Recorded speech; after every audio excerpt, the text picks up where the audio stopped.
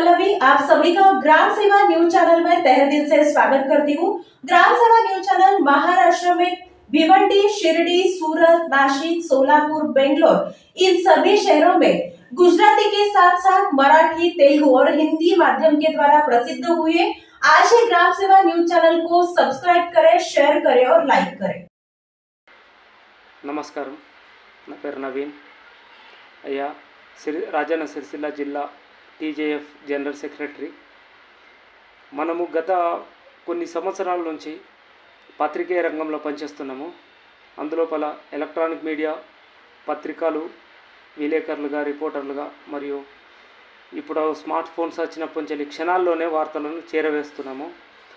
మనము ముఖ్యంగా ప్రజలకు, ప్రజాప్రతినిధులకు ఒక వారధిలా ఉన్నాము. వాళ్ళు చెప్పే చట్టాలు కానీ, మిగతా విషయాలు కానీ, సంక్షేమ పథకాలు కానీ ప్రజలకు చేరవేర్చేది మనమే. తర్వాత మనము ప్రజల యొక్క బాధలను ప్రజాప్రతినిధులకు చేరవేర్చేది మనమే. కానీ ఈ విషయాల్లో మనకు ఎలాంటి ఆదాయము రూపాయి కూడా మనకు రాదు. నిస్వార్థమైన సేవకులం మనం, ప్రశ్నించే గొంతుకులం. అన్యాయం ఎక్కడ జరిగినా కానీ ప్రశ్నించే గొంతుకులం. కాబట్టి మనకు కూడా కడుపు ఉంది, ఫ్యామిలీ ఉంది, ఎన్నో ఉన్నాయి. కాబట్టి గతంలోనే మన మాజీ మంత్రివర్యులు కేటీఆర్ కానీ, ముఖ్యమంత్రి వర్యులు కేసీఆర్ కానీ విలేకరులను, రిపోర్టర్స్, జర్నలిస్టులను మేము ఆదుకుంటాం, మేము అండగా ఉంటామని ఎన్నోసార్లు హామీ ఇచ్చారు. 10 సంవత్సరాల నుంచి ఒక్క హామీ కూడా నెరవేరలేదు.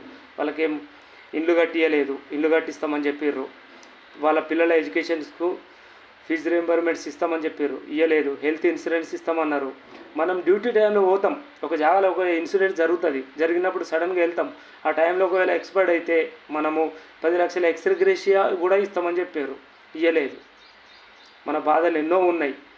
విలేకరులు అనేవాళ్ళు 4 సింహాల తర్వాత 4వ సింహం, కనబడి సింహం 4వ సింహం విలేకరులే. వీళ్ళు కూడా పబ్లిక్కు సర్వెంట్సే.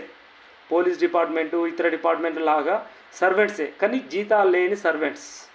సోషల్ సర్వీస్ అనేది ఒక నిజమైన విశ్వాసంతో, నిజమైన నీతి నియమాలతోటి ముందుకు నడిపించేది సోషల్ సర్వీస్. ఆ సోషల్ సర్వీస్లో మనం ఒక భాగం. కాబట్టి మనకు కూడా బ్రతకాలి, మనం కూడా ముందుకు తీసుకెళ్ళాలి అనే ఉద్దేశంలో ఈ సర్వీస్ చేస్తున్నాము.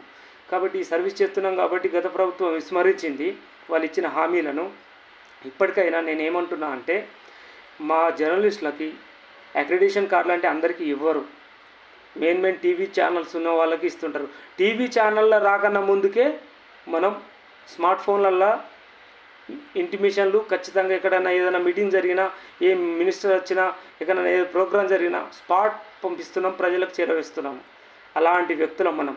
మన బండిలో పెట్రోల్ ఉందా, లేకపోతే జేబులో పైసలు ఉన్నాయా, ఇవన్నీ కూడా ఆలోచించకుండా వెళ్ళిపోతాం.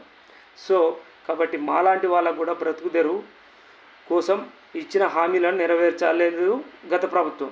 దయచేసి ఈ ప్రభుత్వమైనా గౌరవశ్రీ ముఖ్యమంత్రి వర్యులు రేవంత్ రెడ్డి గారు, మా సిరిసిల్ల మా మంత్రివర్యులు ఆదిరి శ్రీనివాసన్న గారు మా యొక్క బాధలను అర్థం చేసుకొని మాకు ఈ 4 డిమాండ్లు, అంటే డిమాండ్లు అని మేము అనము, డిమాండ్లు అంటే వేరే అయిపోతుంది. కాబట్టి మాకు ఇచ్చిన ఈ 4 హామీలను నెరవేర్చగలరని విన్నవించుకుంటున్నాం సార్.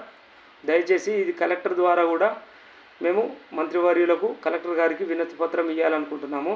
కాబట్టి మాలాంటి ప్రజలకు, ప్రజాప్రతినిధులకు అండ్ పోలీస్ డిపార్ట్మెంట్కు ప్రతి ఒక్కళ్ళకి వారధిగా ఉండే వ్యక్తులం. కాబట్టి మమ్మల్ని కూడా కాపాడాలని కోరుకుంటున్నాము. మేము కోరింది గివ్వే, ఉండడానికి ఇల్లు, మా పిల్లల ఎడ్యుకేషన్కి సంబంధించి మాకు హెల్త్ ఇన్సూరెన్సు.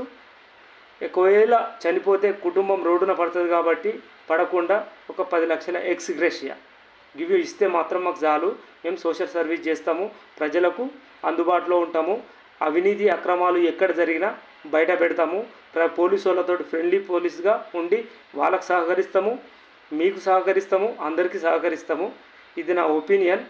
కాబట్టి దయచేసి ఈ విషయాన్ని ప్రభుత్వం దృష్టికి తీసుకురావాలని నేను నా మనస్ఫూర్తిగా కోరుకుంటున్నాను. నమస్కారం.